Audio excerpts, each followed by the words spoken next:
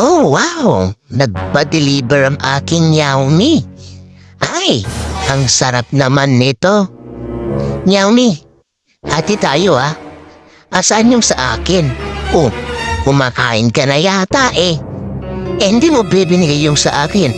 Yung hati ko. Ikaw pa lang yung kumakain eh. Asan na ba yung para sa akin, Xiaomi? Di ba sabi mo, bibilhan mo ako ng tuna? Tsaka yung buko juice ko? Bakit wala dito? Kanino ko pa tinitignan itong supot na to? Wala naman. Ang nakita ko dun sa loob, burger. Hindi ko naman paborito yun. Ay! Ano naman kayang gagawin ko dito sa supot? Pinaasa mo na naman ako, Xiaomi. Sabi mo, itong order mo tayong dalawa, bakit yung para sa'yo lang? Ha?